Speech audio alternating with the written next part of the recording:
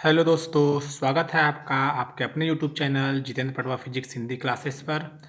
बहुत दिनों से मैं इस चैनल पर वीडियो कोई अपलोड नहीं कर रहा था समय के अभाव के कारण। तो फिर से मैं लेके आ रहा हूँ आप लोग के लिए एक नया वीडियो जो कि क्लास 12th का फिजिक्स का वीडियो है। और हम लोग जहाँ से स्टॉप किए थे हम लोग वहीं से फिर से स्टार्ट कर रहे हैं। ठीक है, तो हम लोग जो पढ़ रहे थे उस चैप्टर का नाम था विद्युत विभव एवं धारिता। ये क्लास 12th का सेकेंड चैप्टर का नाम है।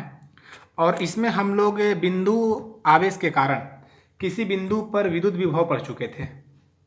ठीक है, और उसके आगे हम लोग को पढ़ना क्या है आज कि वैद्युत द्विध्रुव के कारण किसी बिंदु पर विद्युत विभव हम लोग किस प्रकार से निकालते हैं। ठीक है, अभी तक हम लोग क्या पढ़े कि अगर कोई बिंदु आवेश दिया रहेगा तो उस बिंदु आवेश के कारण किसी बिंदु पर या मतलब उससे कुछ दूरी पर विद्युत विभव का मान कितना होता है। ठीक है, तो इससे पहले का जो वीडियो हमने अपलोड किया था वो आप लोग को बाकायदे वाइट बोर्ड पे अपलोड किया था। ठीक है, अभी कुछ इशू के कारण हम वीडियो नहीं बना पा रहे थे, हमारे पास वाइट बोर्ड उपलब्ध होते हुए भी नहीं बना रहे थे। इसलिए मैं सोचा कि अभी एग्ज़ाम बहुत समीप आ गया है, नज़दीक आ गया है और आप लोग के लिए वीडियो बहुत ही हेल्पफुल होगा। जितने भी चैप्टर हम लोग यहाँ कवर करेंगे बहुत ही हेल्पफुल होने वाला है, क्योंकि आपका सीबीएसई का भी एग्ज़ाम जो है पोस्टपोन हो चुका है और आपका छत्तीसगढ़ बोर्ड का भी एग्ज़ाम जो है वो पोस्टपोन होने वाला है। तो आप इस वीडियो को देखिए, बहुत ही हेल्पफुल होने वाला है और बहुत सारे इंपॉर्टेंट क्वेश्चन जो है हम यहाँ पे कवर कराने वाले हैं। ठीक है, तो चलिए हम लोग स्टार्ट करते हैं उस वीडियो को, लेक्चर को अपना। हम लोग का लेक्चर क्या है कि वैद्युत द्विध्रुव। ठीक है, तो अब ये वैद्युत द्विध्रुव क्या होता है हम लोग इसको पीछे वाले चैप्टर में, फर्स्ट चैप्टर में कवर कर चुके हैं। तो अगर आप लोग को नहीं पता होगा कि वैद्युत द्विध्रुव किसको बोलते हैं तो उस वाले चैप्टर में जा करके पीछे वाले लेक्चर को आप लोग देख करके इसको अच्छे समझ सकते हैं। वैद्युत द्विध्रुव के कारण हमें क्या निकालना है, वैद्युत द्विध्रुव के कारण क्या निकालना है, विद्युत विभव ज्ञात करना है। ठीक है दोस्तों, विद्युत विभव। तो विद्युत विभव किसको बोलते हैं ये आप लोग को अच्छे से पता होगा, और अगर नहीं पता होगा तो हमारे पीछे वाले लेक्चर को देखिए, हम वहाँ पे बहुत ही अच्छे से इसको विद्युत विभव को एक्सप्लेन किए हैं। विद्युत विभव क्या होता है, विभवांतर क्या होता है। अगर आप लोग को इस वीडियो को खोजने में कोई प्रॉब्लम होगा तो हम इस वीडियो के लास्ट में डिस्क्रिप्शन बॉक्स में इसका लिंक दे देंगे, वैद्युत द्विध्रुव का, विद्युत विभव का, हर एक चीज़ का, सही वीडियोज़ का आप लोग वहाँ जाकर के इसको अच्छे से देख सकते हैं। ठीक है, अपने को निकालना क्या है, वैद्युत द्विध्रुव। तो ये द्विध्रुव का अर्थ ही क्या होता है, आपका दो आवेश। ठीक है, हम लोग पीछे पढ़ चुके हैं वैद्युत द्विध्रुव बोलते किसको हैं। तो अगर कोई दो आवेश, ठीक है, और कैसे आवेश होने चाहिए, तो ये विजातीय आवेश होने चाहिए। ठीक है, यदि कोई दो आवेश एक दूसरे से अल्प दूरी पर स्थित हो, ठीक है, मतलब कि कोई भी दो चार्ज जो है वो एक दूसरे से बहुत ही कम दूरी पर है, they are separated between very small distance. अगर बहुत ही अल्प दूरी पर स्थित हो तो इस निकाय को हम क्या बोलते हैं, वैद्युत द्विध्रुव बोलते हैं। ठीक है, इस निकाय को हम क्या बोलते हैं, वैद्युत द्विध्रुव कहते हैं। और अपने को वैद्युत द्विध्रुव के कारण ही क्या निकालना है, किसी भी बिंदु पर विद्युत विभव निकालना है। तो हम इसे तीन स्थितियों में पढ़ने वाले हैं। ठीक है, थंबनेल में आपका लगा हुआ है हम किस किस स्थितियों में आज वीडियो कवर करने वाले हैं। तो हम आज दो स्थितियों में वीडियो कवर करेंगे, एक का नाम है आपका अक्षीय स्थिति और दूसरे का नाम क्या है आपका निरक्षीय स्थिति। अक्षीय और निरक्षीय स्थिति जो है हम लोग फर्स्ट चैप्टर में भी, मतलब पहला चैप्टर जो है आपका विद्युत क्षेत्र एवं आवेश, उसमें भी कवर कर चुके हैं। अक्षीय स्थिति में विद्युत क्षेत्र और निरक्षीय स्थिति में विद्युत क्षेत्र।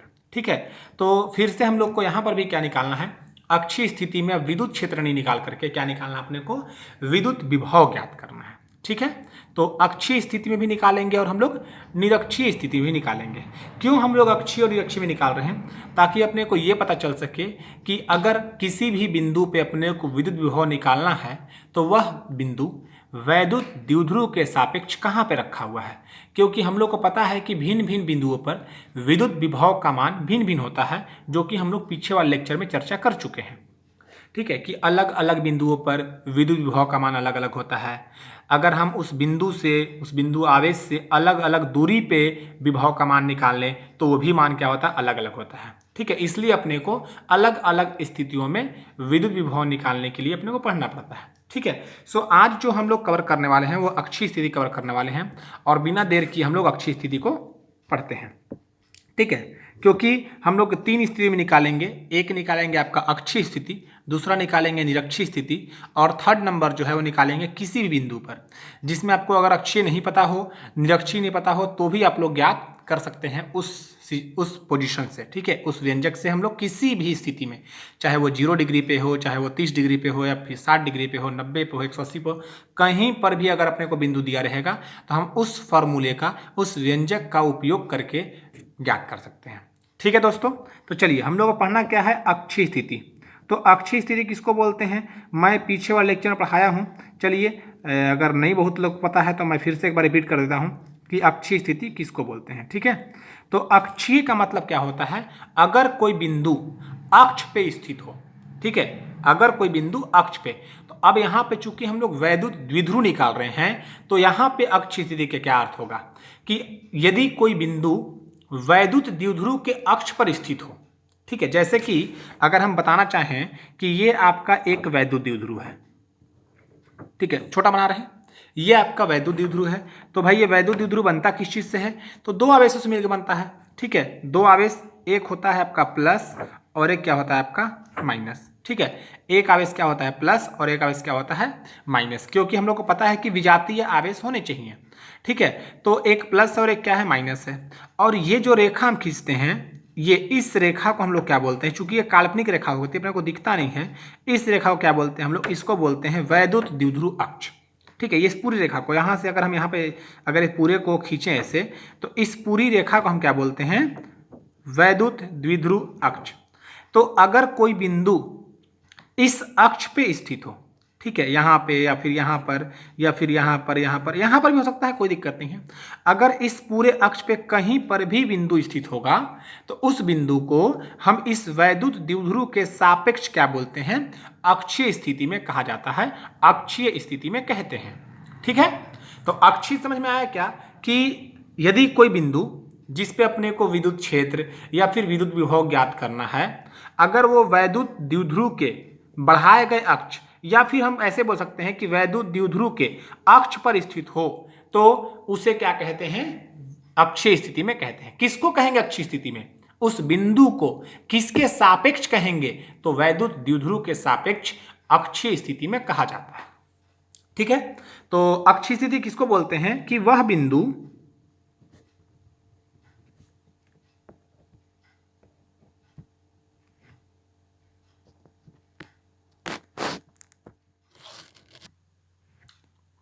ठीक है, तो किसको बोलेंगे अक्षीय स्थिति, तो वह बिंदु जिस पर विद्युत विभव ज्ञात करना है। अगर हमें इसको विद्युत क्षेत्र के टर्म में, विद्युत क्षेत्र के रूप में डिफाइन करना हो, परिभाषित करना, तो हम क्या बोल सकते हैं, वह बिंदु जिस पर विद्युत क्षेत्र ज्ञात करना है। यहाँ चूंकि विभव पढ़ रहे थे, विभव बोलेंगे, वह बिंदु जिस पर विद्युत विभव ज्ञात करना है, बढ़ाए गए वैद्युत द्विध्रुव के अक्ष पर स्थित हो, तो उस बिंदु को वैद्युत द्विध्रुव के सापेक्ष अक्षीय स्थिति में कहते हैं। ठीक है, उस बिंदु को वैद्युत द्विध्रुव के सापेक्ष अक्षीय स्थिति में कहते हैं या फिर कहा जाता है। तो अपने को निकालना क्या है, अपने को निकालना है वैद्युत द्विध्रुव के कारण विद्युत विभव। ठीक है, क्या निकालना अपने को, वैद्युत द्विध्रुव के कारण विद्युत विभव। कहां पे निकालना है आपका विद्युत विभव, तो अक्षीय स्थिति में। ठीक है, तो आइए हम इसका क्या करते हैं, व्यंजक की उत्पत्ति करते हैं। ठीक है, तो ये व्यंजक कैसे बनेगा, तो सबसे पहले अपने को क्या बनाना पड़ेगा, तो वैद्युत द्विध्रुव, चूंकि अपने को उसके कारण निकालना है, तो हम क्या लिख दें, यहाँ पे बना देते हैं, ये आपका एक वैद्युत द्विध्रुव है। तो भैया वैद्युत द्विध्रुव है, तो ये वैद्युत द्विध्रुव किससे बना होता है, तो 2 आवेशों से मिलकर बना होता है। ये दोनों आवेश कैसे होते हैं, तो ये दोनों आवेश जो हैं वो विजातीय होते हैं। ठीक है, कैसे होते हैं, विजातीय होते हैं। विजातीय का मतलब क्या है, एक जो है वो प्लस आवेश होगा और एक क्या होगा, माइनस आवेश। तो हम इसका नामकरण कर देते हैं कि आपका ए बी जो है एक वैद्युत द्विध्रुव है। ठीक है, क्या है, ए बी एक वैद्युत द्विध्रुव है। अच्छा, एक के ऊपर जो है प्लस क्यू चार्ज है और बी के ऊपर जो है वो क्या है, माइनस क्यू चार्ज है। ठीक है, ए के पास कितना है, प्लस क्यू चार्ज, और बी के पास कितना है, माइनस क्यू चार्ज। अच्छा, इन दोनों के बीच की जो प्रभावी लंबाई होती है वो कितनी है, तो वो आपका होता है क्या, 2L।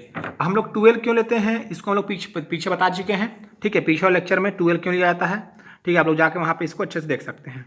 क्योंकि केंद्र बिंदु से दोनों के बीच की दूरियां बराबर हों, इसलिए लोग क्या करते हैं 2a लेते हैं। यहाँ से यहाँ तक की दूरी, अगर केंद्र बिंदु का हम बोले O है, केंद्र बिंदु क्या है O है, तो O से A तक की दूरी भी क्या होती है आपका L, और O से B तक की दूरी क्या होती है L, और दोनों को हम मिलाएंगे तो क्या हो जाएगा आपका 2L। कोई कोई बुक में ये 2A भी दिया रहता है, तो कोई दिक्कत नहीं है, आप लोग 2A भी ले सकते हैं, 2L भी ले सकते हैं। ठीक है, सो A और B एक वैद्युत द्विध्रुव है जो कि प्लस Q और माइनस Q आवेश से मिलकर बना है, और इनके बीच की प्रभावी लंबाई कितनी है 2L है।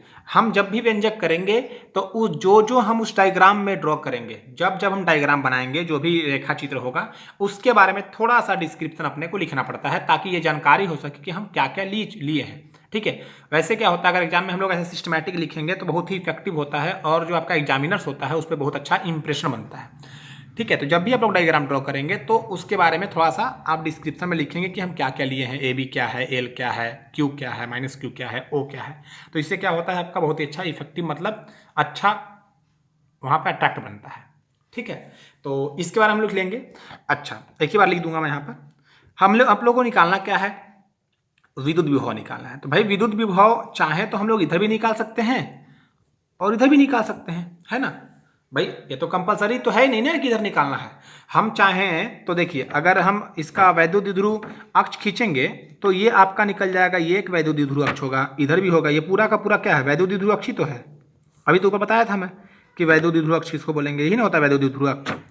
ठीक है, तो हो सके तो हम इस बिंदु भी निकाल सकते हैं और यहाँ पे भी निकाल सकते हैं, बट हमें कहाँ निकालना होता है, तो जब भी हम बिंदु जो लेते हैं वो बिंदु लेते कहाँ हैं, तो उस बिंदु को हम लेते हैं धन आवेश के साइड, मतलब कि प्लस चार्ज की ओर ही उस बिंदु को लेते हैं जिस पर अपने को विद्युत विभव निकालना होता है। अब भाई रही सवाल कि हम धन आवेश के तरफ ही क्यों लेते हैं इस बिंदु को, ऋण आवेश की तरफ क्यों नहीं लेते हैं। तो चूंकि हम लोग जानते हैं कि विद्युत विभव कहते किसको हैं, तो विद्युत विभव का जो परिभाषा होता है वो होता है कि अनंत से किसी धनावेश को विद्युत क्षेत्र के किसी बिंदु तक, ठीक है, विद्युत क्षेत्र में हमें उस आवेश को लेके आना पड़ेगा। अगर हम विद्युत क्षेत्र में आवेश को लेके आएंगे तो जाकर के वो क्या बनेगा आपका, उस बिंदु पर विद्युत विभव ज्ञात करेंगे। और जहां पे तो विद्युत क्षेत्र है ही नहीं, तो वहां पे हम लोग कैसे निकालेंगे विद्युत विभव, नहीं निकाल सकते हैं। अच्छा, ये तो हो गया इसका डिफिनीशन कि किसको बोलते हैं विद्युत विभव। अब विद्युत विभव में एक क्राइटेरिया जो है, एक पॉइंट जो है अपने को नोट करने वाला है, क्या कि विद्युत क्षेत्र, मतलब कि अपने को कोई भी आवेश को अगर विद्युत क्षेत्र में लेके आएंगे तो उस बिंदु पर विद्युत विभव हम ज्ञात कर सकते हैं। अगर विद्युत क्षेत्र के बाहर हम लोग किसी बिंदु पर आवेश को लेके आ जाएंगे तो उसको हम विभव नहीं बोलते हैं, बल्कि अगर विद्युत क्षेत्र में लेके आ रहे हैं तो हम उसको विभव बोलते हैं। ठीक है, तो विद्युत क्षेत्र उत्पन्न कौन करता है, इसको भी हम लोग अच्छे से पढ़ चुके हैं, क्लियर कर चुके हैं कि विद्युत क्षेत्र उत्पन्न कौन करता है। तो धन आवेश जो है वो अपने चारों ओर एक क्षेत्र उत्पन्न करता है। ठीक है, इसलिए अपने को कभी भी विद्युत क्षेत्र निकालना हो या फिर विद्युत विभव निकालना हो तो हम किसके तरफ उस बिंदु को लेते हैं, तो धन आवेश की तरफ उस बिंदु को लेना पड़ता है, क्योंकि ये धन आवेश जो है ये अपने चारों तरफ एक विद्युत क्षेत्र जो है आपका उत्पन्न कर लेता है। ठीक है, तो हम क्या कर रहे हैं कि ए की ओर एक बिंदु P की कल्पना करते हैं, एक बिंदु P लेते हैं, P नहीं तो इस बिंदु को हम लोग C ले लेते हैं। ठीक है, P नहीं लेंगे, P थोड़ा सा इफेक्टिव नहीं रहेगा, क्योंकि P से हम लोग क्या करते हैं उसको भी दर्शाते हैं। ठीक है, हम C ले लिए बिंदु, तो अब इसकी दूरी कुछ ना कुछ तो होगी ना, इस C की दूरी कुछ ना कुछ होगी। अच्छा, हम जितनी भी दूरियां मापते हैं वो कहाँ से मापते हैं, तो केंद्र बिंदु से मापते हैं। तो हम भी क्या बोल रहे हैं कि केंद्र बिंदु से ही इस C की दूरी जो है वो कितना दिया हुआ है, तो मान लेते हैं R दिया हुआ है। ठीक है, तो अपने को क्या लिखना पड़ेगा यहाँ पे, ठीक है, कि माना कि AB एक, ठीक है, तो अपने को इसके बारे में क्या करना पड़ेगा, कुछ डिस्क्रिप्शन लिखना पड़ेगा इस डायग्राम के बारे में। तो क्या लिखा मैं, माना कि AB एक वैद्युत द्विध्रुव है जो प्लस Q और माइनस Q आवेश से मिलकर बना है, जिसका प्रभावी लंबाई 2L है। इसके केंद्र बिंदु O से R दूरी पर एक बिंदु C है जिस पर विद्युत विभव ज्ञात करनी है। ठीक है, तो अभी तक हम लोग जो पढ़े हैं वो क्या पढ़े हैं कि हम केवल और केवल एक ही आवेश के कारण किसी बिंदु पर विद्युत विभव ज्ञात करते हैं। ठीक है, और यहाँ पे दे दिया आपको दो बिंदु, हम लोग क्या पढ़े हैं कि केवल एक ही आवेश के कारण किसी भी बिंदु पर, उससे r दूरी हो या फिर a दूरी हो या फिर b दूरी हो या फिर ab दूरी हो, किसी भी दूरी पर विद्युत विभव ज्ञात करना हम लोग पढ़े हैं। यहाँ पे क्या अपने को पढ़ना है, क्या बनाना है, दो आवेशों का कारण। दो आवेशों का मतलब क्या है, वैद्युत द्विध्रुवीय कारण निकालना है अपने को। तो पहले हम लोग सिंगल सिंगल निकाल लेते हैं, और चूंकि विभव जो है एक अदिश राशि होती है, तो हम लोग क्या करते हैं, चाहे 2 हो 4 हो, हम लोग पीछे पढ़ चुके हैं ना, पीछे वाला लेक्चर देखिएगा, हम लोग वहां पढ़े हैं n निकाय आवेश के कारण, n आवेशों के कारण या फिर n आवेशों से बने निकाय के कारण किसी बिंदु पर विद्युत विभव निकालने का फॉर्मूला बताया चुका है, उसका व्यंजक जो है वो बताया जा चुका है। ठीक है, तो तरीका क्या होता है सिंगल सिंगल आवेश से निकालने के लिए। तो हम भी यहाँ पे क्या कर रहे हैं, आपका सिंगल सिंगल आवेश निकालेंगे। ठीक है, पहले हम क्या करते हैं कि प्लस क्यू आवेश के कारण, प्लस क्यू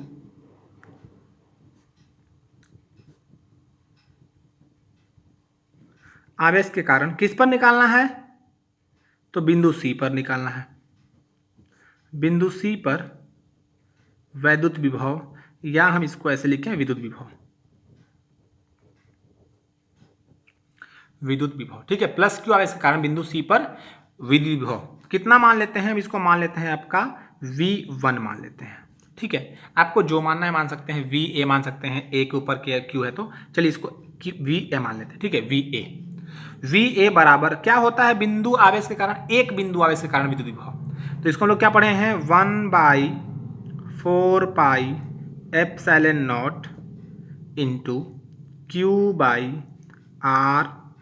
तो अब R तो यहाँ है नहीं, यहाँ पे क्या है, R हम क्या लेते थे, तो उस आवेश से उस बिंदु की दूरी लेते थे R।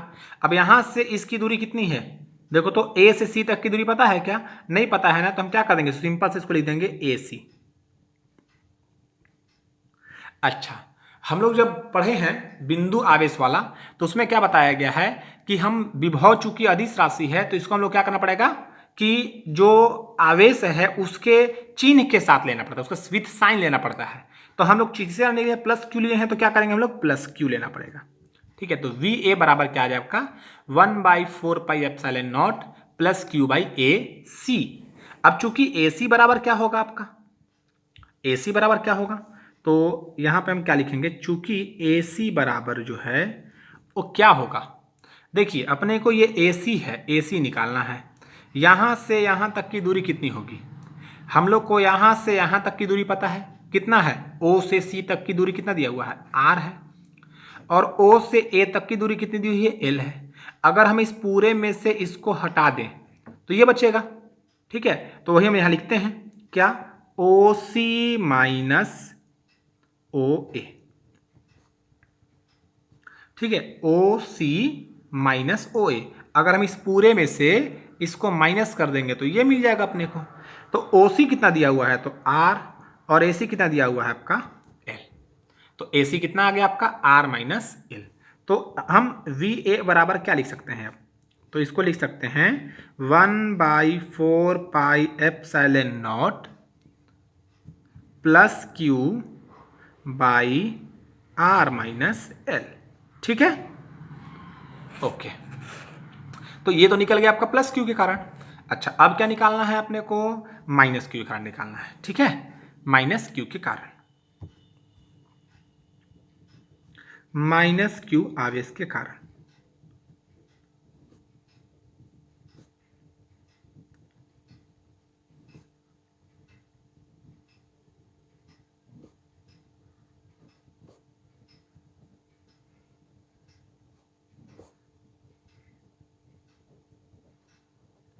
विद्युत विभव। ठीक है, माइनस क्यू आवेश के कारण क्या, बिंदु सी पर विद्युत विभव क्या है, माइनस क्यू कहां पर है, बी पर है, तो हम इसको मान लेते हैं क्या है आपका VB है। तो VB बराबर क्या हो जाएगा आपका 1/4 एप्सिलॉन नॉट। अब चूंकि माइनस क्यू है तो हम बताए थे विथ साइन लेना होता है, माइनस क्यू, और कितनी दूरी पर ये C स्थित है B से, तो अपने को तो पता नहीं है, अभी ऐसे लिख देते हैं क्या आपका BC। ठीक है, कितनी दूरी पर स्थित है आपका, B से C दूरी पर स्थित है, तो हम लिख दिए इसको BC। अच्छा, चूंकि BC बराबर कितना होगा, थोड़ा देखो BC बराबर, तो भाई O से C तक की दूरी है R, और बी से ओ तक की दूरी है एल, तो क्यों ना हम इस बी ओ और ओ सी दोनों को जोड़ देंगे तो बी सी नहीं निकल जाएगा? बिल्कुल निकलेगा। तो हम क्या लिखेंगे बी सी को? ओ सी प्लस ओ बी। ठीक है, क्या करें हम यहाँ से? ओ सी प्लस ओ बी जोड़ दिए। अच्छा, तो ओ सी कितना दिया हुआ है? तो ओ सी दिया हुआ है आपका आर, ओ बी कितना दिया हुआ है? तो दिया हुआ है एल। तो हम क्या लिखेंगे इसको? R plus L. तो इसलिए वी बी बराबर क्या निकल जाएगा आपका? तो वी बी बराबर आपका आ जाएगा 1/4 pi epsilon not minus Q by R plus L. ठीक है, कितना आ जाए आपका? वी बी बराबर 1/4 pi epsilon not minus Q by R plus L. ठीक है। अच्छा, अब अपन को निकालना क्या है? इस बिंदु पर इन दोनों के कारण निकालना अपने को। हम लोग वैद्युत द्विध्रुव के कारण निकालना अपने को ना, मतलब कि इन दोनों के कारण इस बिंदु पर विभव निकालना है। तो हम यहां पे क्या लिखते हैं कि यदि C पर परिणामी विभव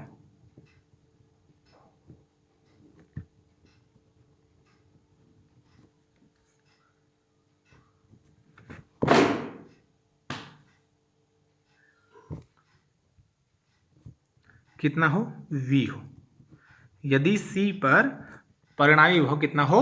V हो, तो V बराबर क्या होगा? चूंकि विभव सदिश राशि होती है, जितना विभव होगा सबको जोड़ देते हैं। तो हम क्या निकाल रहे हैं यहाँ पे? एक के निकाले हैं VA और एक निकाले हैं आपका VB।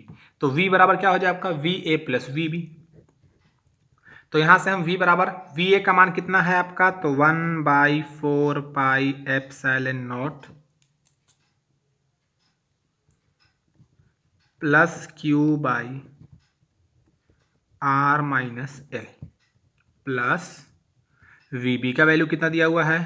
तो 1/4 pi epsilon not minus Q by R plus L.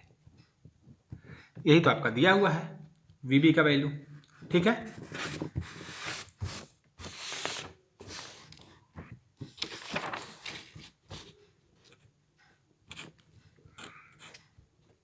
इन दोनों में देखेंगे हम कि आपका कॉमन क्या निकल रहा है। क्या कॉमन है? तो 1/4 pi epsilon not Q common है।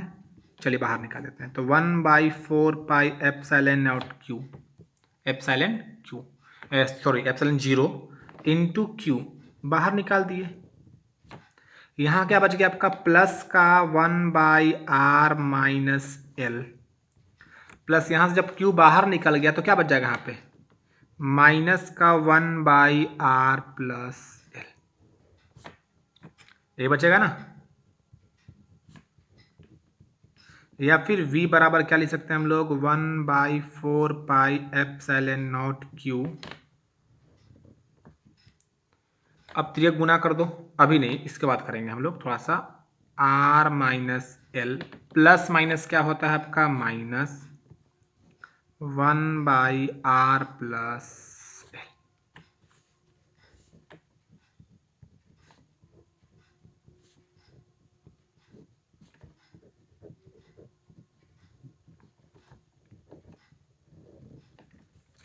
अब क्या इसको सॉल्व करते हैं? सॉल्व करने क्या आ जाएगा? R plus L minus R minus L upon में R minus L into R plus L. भाई सॉल्व करना आता है ना? हम क्या कर दिए यहाँ पे? तिर्यक गुना कर दिए, इसको इससे गुना कर दिए, इसको इससे गुना कर दिए, इसको निकाल दिए, भिन्न का बना दिए। ठीक है, तो और आगे देखिए। V बराबर 1/4 pi epsilon not Q R plus L minus plus क्या होता है आपका? माइनस, और माइनस माइनस क्या होता है आपका? प्लस। और ये आपका क्या हो गया? A minus B into A plus B, और एक इसका फॉर्मूला होता है A square minus B square. तो यहां से प्लस आर और माइनस आर काट देंगे और बच क्या जाएगा आपका? V equal 1/4 pi epsilon not Q L plus L आपका हो जाएगा 12 अपॉन में R square minus L square. या फिर हम लोग और भी कर सकते हैं यहाँ पे 1/4 पाई एप्सिलॉन नॉट और Q इंटू 2L अपॉन में R² माइनस L²। अब बताइए थोड़ा सा, Q इंटू 2L किसके बराबर होता है? तो ये होता है आपका P के बराबर, स्मॉल p, जिसको हम लोग क्या बोलते हैं, वैद्युत द्विध्रुव आघूर्ण, चूंकि Q इंटू 2L बराबर P। ठीक है, अर्थात हम यहाँ से लिख सकते हैं V equal 1/4 pi epsilon not P upon R² minus L²।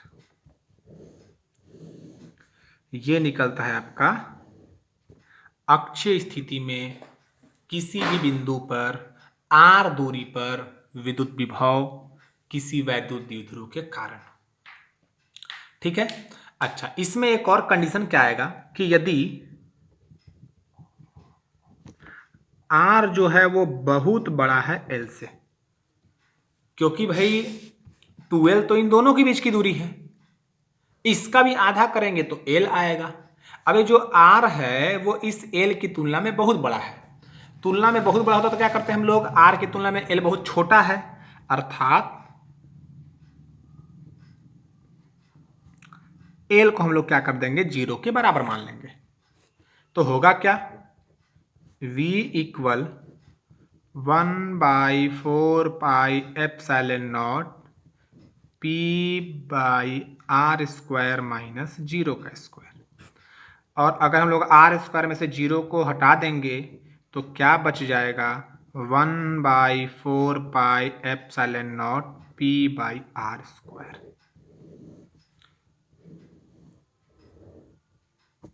ये बचेगा। ठीक है, तो ये भी है और ये भी है। ये किस लिए है, जब R की तुलना में L का मान बहुत ही कम होगा तो हम इसका यूज करेंगे, और जब R की तुलना में L का मान उतना भी मतलब डिफरेंस नहीं होगा तो हम लोग इसका यूज करेंगे। ठीक है, तो ये है आपका अक्षीय स्थिति में किसी भी बिंदु पर विद्युत विभव वैद्युत द्विध्रुव के कारण। ठीक है, आई होप कि आप लोग को क्लियर हो गया होगा। अगर आप लोग को इसका नोट्स बनाना होगा तो वीडियो को पॉज करके आप लोग लिख सकते हैं। ठीक है, इससे बाहर अपने को कुछ लिखना नहीं है, और हो सके तो मैं इसका जो है आपका मैं अपना खुद का जो हैंड राइटिंग नोट्स है, हैंड नोट्स जो है उसको मैं अपलोड कर दूंगा आपके डिस्क्रिप्शन बॉक्स में, वहाँ से डाउनलोड कर सकते हैं PDF बना करके। ठीक है, तो ये है क्या आपका अक्षीय स्थिति। ठीक है, और जिन्होंने अभी तक अपने चैनल को सब्सक्राइब नहीं किया है वो प्लीज़ सब्सक्राइब कर लें, क्योंकि बहुत ही हेल्पफुल यहाँ पे वीडियो आप लोग के लिए अपलोड हो रहा है, और ये आपको नीट और JEE मेंस के लिए भी बहुत हेल्पफुल है, क्योंकि मैं यहाँ पे नई नीट और JEE मेंस का भी कुछ क्वेश्चंस जो है प्रीवियस ईयर क्या हुए हैं उसको कराऊंगा। ठीक है, तो पहले थ्योरी करेंगे, उसके बाद हम लोग इस पर बेसिक्स प्रॉब्लम भी करेंगे। ठीक है, तो चलते हैं अपने नेक्स्ट टॉपिक की ओर, जो कि मैं थंबनेल्स में लगा कर रखा हूँ अक्षीय और निरक्षीय। चूंकि अक्षीय तो कंप्लीट हो गया, अपने को क्या पढ़ना है, निरक्षीय स्थिति पढ़ना है। ठीक है, चलिए तो क्या पढ़ना अपने को आगे, निरक्षीय स्थिति। ठीक है, तो भाई निरक्षीय स्थिति किसको बोलते हैं, अक्षीय तो पता चल गया, अक्षीय किसको बोले हम लोग, कि यदि कोई बिंदु वैद्युत द्विध्रुव अक्ष पर स्थित हो तो उसे क्या बोलते हैं हम लोग, अक्षीय बोलते हैं। निरक्षीय किसको बोलेंगे, तो देखिए जैसे हम बोल रहे हैं क्या आपका कि ये एक वैद्युत द्विध्रुव है। ठीक है, कुछ नाम होगा इसका, सपोज दैट हम लोग तो A भी लेके चलते हैं, A और B है, और इसका केंद्र बिंदु क्या हम लोग लेके चलते हैं, O। यदि कोई बिंदु इसके वैद्युत द्विध्रुव अक्ष के लंबवत बिल्कुल उसके केंद्र बिंदु के ठीक सामने स्थित होगा तो हम इसको क्या बोलेंगे, निरक्षीय। और इसको हम लोग वर्डिंग में कैसे बोलते हैं, अगर इसको अपने को डिफाइन करना होगा तो कैसे बोलेंगे कि यदि कोई बिंदु वैद्युत द्विध्रुव अक्ष के लंब अर्धक, लंब का तो मतलब है ही लंबवत, और अर्धक का मतलब क्या है, बिल्कुल इसके आधे आध मतलब केंद्र बिंदु पर हो, तो उस बिंदु को क्या बोलते हैं, निरक्षीय स्थिति में कहते हैं। किसके सापेक्ष, तो वैद्युत द्विध्रुव के सापेक्ष। ठीक है, तो चलिए हम लोग लिखते हैं क्या, निरक्षीय स्थिति। तो क्या होता है निरक्षीय स्थिति, तो वह बिंदु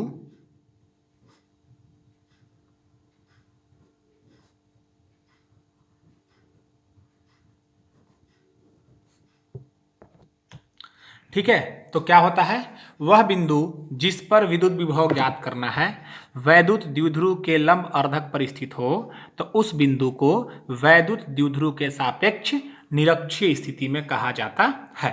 ठीक है, मतलब जैसे बताया था अभी कि ये आपका क्या हो गया कि वैद्युत द्विध्रुव हो गया, इसका केंद्र है, अगर इसके लंबवत, इस केंद्र के लंबवत जो है कोई बिंदु होगा तो इस बिंदु को इसके सापेक्ष क्या बोलेंगे, निरक्षीय स्थिति में कहा जाता है। ठीक है, तो अपने को क्या करना है, इसका भी व्यंजक ज्ञात करना है। चलिए, तो क्या बनाना पड़ेगा अपने लिए व्यंजक की उत्पत्ति के लिए,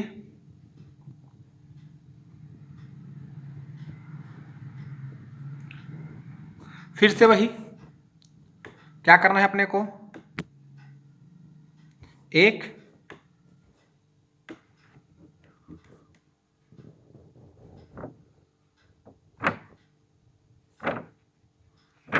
एक वैद्युत द्विध्रुव लेना है।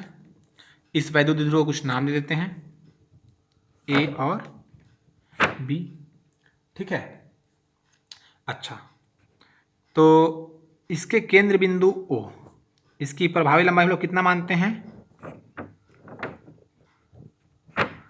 इसकी प्रभावी लंबाई होता है आपका 2l के बराबर। ठीक है, और इसके केंद्र बिंदु से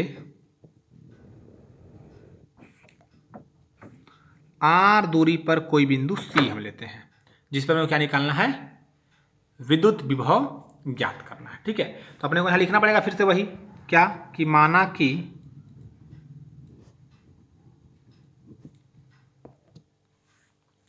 ठीक है, क्या है कि माना कि ए बी एक वैद्युत द्विध्रुव है, ए बी क्या है, एक वैद्युत द्विध्रुव है। ठीक है, इसकी प्रभावी लंबाई कितनी है, तो 2l है, और ये किससे मिलकर बना है, तो ये एक प्लस क्यू और माइनस क्यू आवेश से मिलकर बना है।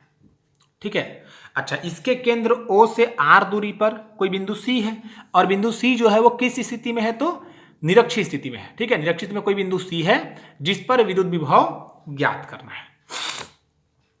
ठीक है, अच्छा, तो फिर से जैसे हम लोग अक्षय में निकाले थे वैसे हम निकालेंगे, क्या निकालते हम लोग, प्लस क्यू आवेश के कारण, प्लस क्यू आवेश के कारण क्या C पर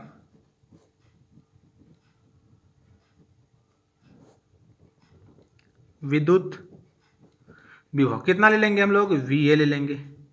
VA बराबर क्या हो जाएगा आपका 1/4 पाई एप्सिलॉन नॉट, चूंकि प्लस क्यू है तो क्या लेंगे, प्लस क्यू बाई, और यहां से यहां तक की दूरी, कितनी दूरी यहां से यहां तक की होगी, तो इसको हम लोग पहले से मिला लेते हैं, इसको ही मिला लेते हैं और इसको ही मिला लेते हैं। ठीक है, क्या है आपका, AC है।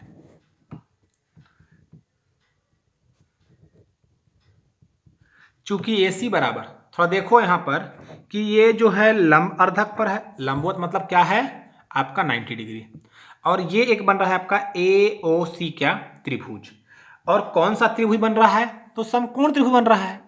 समकोण त्रिभुज में कौन सा प्रमेय लागू किया जाता है, तो हम लोग को पता है पाइथागोरस प्रमेय लागू होता है। ठीक है, और पाइथागोरस प्रमेय क्या कहता है कि कर्ण का स्क्वायर बराबर लंब का स्क्वायर प्लस आधार का स्क्वायर होता है। ठीक है, मतलब अपने को अगर हम लोग को कर्ण फाइंड करना होगा, अगर ये कर्ण निकालना हो गया तो हम क्या करेंगे कि ये कर्ण बराबर क्या होगा, अंडर रूट लंब प्लस आधार, मतलब हम यहां से AC क्या ले सकते हैं, लंब कितना दिया हुआ है आपका, root under R square plus आधार कितना है, अगर ये 2l है यहां से यहां, तो AB क्या हो जाएगा L, और AB क्या हो जाएगा आपका L, तो कितना हो जाएगा आपका L स्क्वायर, कहां से लेके आ रहे हैं,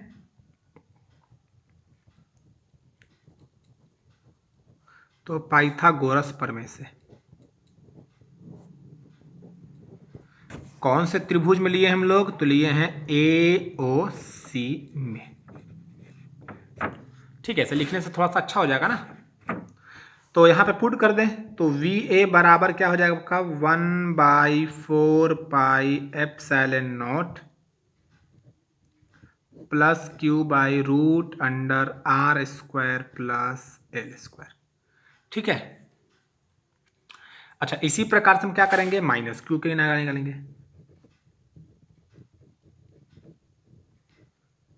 माइनस क्यू आवेश के कारण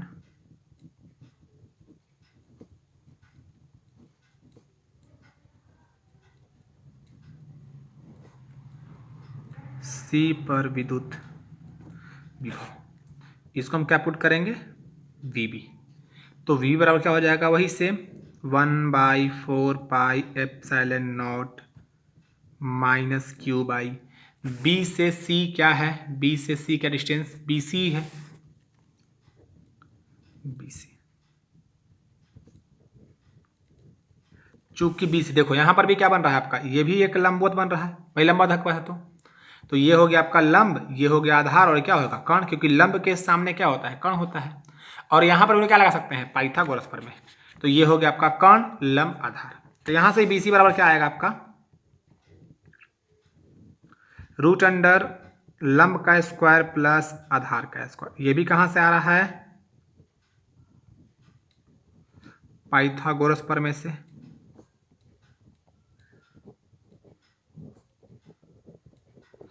और किस त्रिभुज में लिए हैं, तो BOC में। जब हम BOC में पाइथागोरस लगाएंगे तो अपने को मिलेगा आपका root under R square plus L square.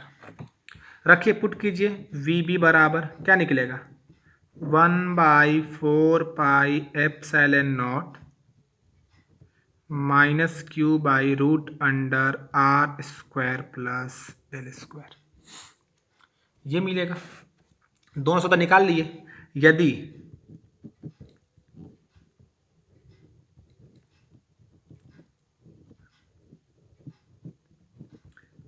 बिंदु C पर प्रभावी विभव, प्रभावी बोलो परिणामी बोले एक ही चीज है, प्रभावी या परिणामी विभव V हो तो क्या करते हैं भाई, V तो हम लोग को पता है V बराबर क्या होता है आपका, V1 प्लस V2, मतलब VA प्लस क्या होता है, VB। ठीक है, अच्छा, मतलब दोनों को अपने को जोड़ना होता है, दोनों को जोड़ देते हैं, कोई दिक्कत नहीं है। तो V बराबर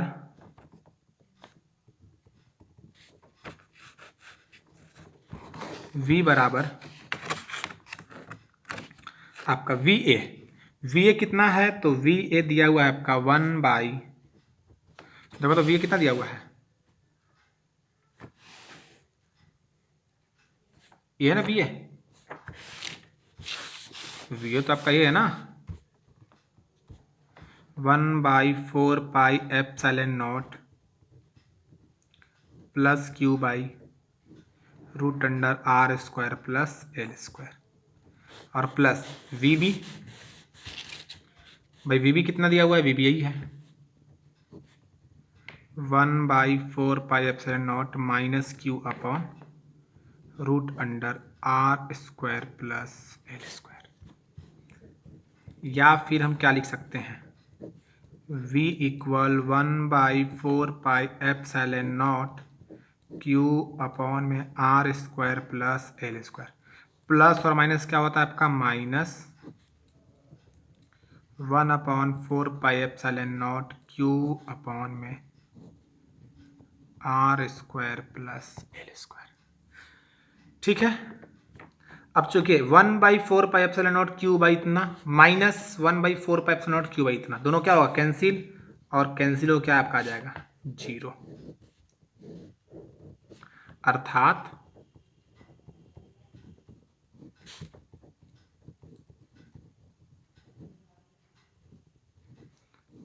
निरक्षीय स्थिति में विद्युत विभव का मान 0 होता है।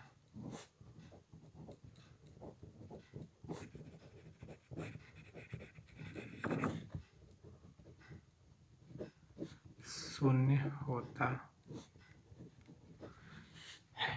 ठीक है, किसके कारण, वैद्युत द्विध्रुव के कारण। ठीक है, तो अगर कोई पूछे कि वैद्युत द्विध्रुव के किस बिंदु पर विद्युत विभव का मान 0 होता है, तो हम बताएंगे कहाँ, निरक्षीय बिंदु पर, या फिर निरक्षीय स्थिति में किसी भी बिंदु पर विद्युत विभव का मान 0 होता है अगर वैद्युत द्विध्रुव दिया होगा तो। ठीक है, तो ये आपका अक्षीय निरक्षीय है। अगला टॉपिक हमारा रहेगा क्या, किसी भी बिंदु पर विद्युत विभव, जो कि हम लोग नेक्स्ट लेक्चर में कवर करेंगे। सो आई होप आप लोग को कि क्लियर हो गया होगा कि अक्षीय में कितना होता है, निरक्षीय में कितना होता है। ठीक है, और जिन्होंने अपना पीछे का वीडियो नहीं देखा है वो कृपया जाकर पीछे का वीडियो देखें, तभी ये जो है वीडियो समझ में आएगा। और वीडियो को आप लोग फॉरवर्ड कर नहीं देखेंगे, क्योंकि हर एक पॉइंट में कॉन्सेप्ट है। ठीक है, बहुत लोग क्या करते हैं कि आगे बढ़ा के वीडियो को देखते हैं, तो आप लोग पूरा वीडियो को देखेंगे तो ही आप लोग कॉन्सेप्ट जो है वो क्लियर होगा। ठीक है, तो आज के लिए बस इतना ही। मिलते हैं हम लोग नेक्स्ट लेक्चर में, तब तक के लिए bye bye, have a nice day.